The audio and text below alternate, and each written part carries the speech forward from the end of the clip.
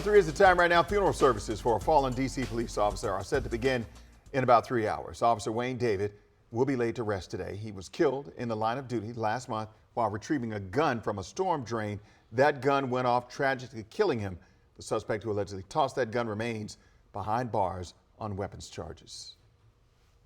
The officer will be honored at Ebenezer AME Church in Fort Washington, Maryland this morning. And that's where we find our Marcella Robertson live this morning. And Marcella, good morning. Today, no doubt, a difficult day for the MPD community and, dare I say, the entire area.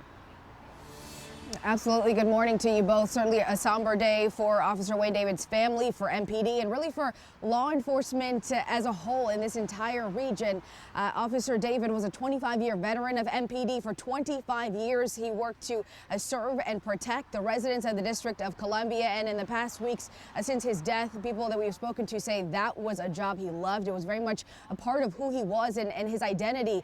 And that service and his life and legacy will be honored here later today at Ebenezer AME in Fort Washington. I want to walk you through a little bit more of what we can expect in this celebration of life today, where we are expecting hundreds of people to come pay their respects. So in just about 3 hours at 9 o'clock, there will be a public viewing. This is open to everyone who wants to come pay their respects. Again, that's starting at 9 o'clock. Hundreds of loved ones, officers, community members, they are all expected here later this morning. The funeral service itself, that will be from about 11 to 1 o'clock, followed by a funeral procession to Fort Lincoln Cemetery, where Officer David will be buried. Now, he leaves behind a daughter, a son, siblings, a fiance. In the 2 weeks since his death, we have heard from family and friends about just how loved he was. He was one of 8 children, and those who were closest to him, they rarely called him Wayne, mostly referring to him as Goldie. And again, one thing we have heard repeatedly is how much he loved his job. This was also a job that was part of a family legacy. He followed in his brother's footsteps, becoming a law enforcement officer 25 years ago. That is something we spoke to his sister about shortly after his death. Take a listen. MPD really brought out more of what he had in him to serve and to help and to commit. Everybody that knows him love Goldie.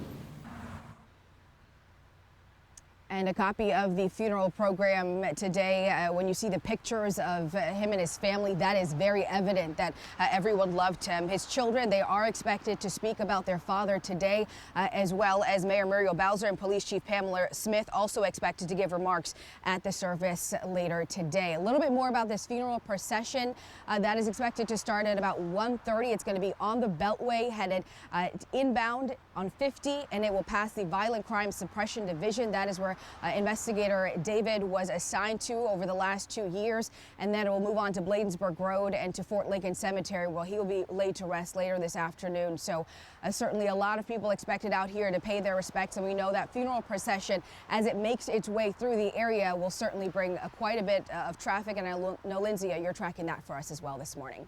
That's right, Marcella. So here's what you need to know if you're going to be traveling during that time period. From 1 p.m. to 4 p.m., you can expect some major road closures in D.C. as well as Prince George's County, including the Beltway. So Allentown Road will be closed from Loomer Drive to the outer loop of the Beltway at Forestville Road.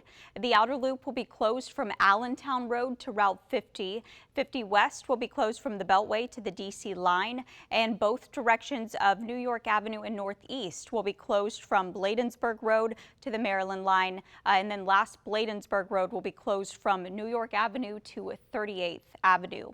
Of course, these closures could change as the day goes on, so if you plan on being in the area at this time, you might want to consider some detours.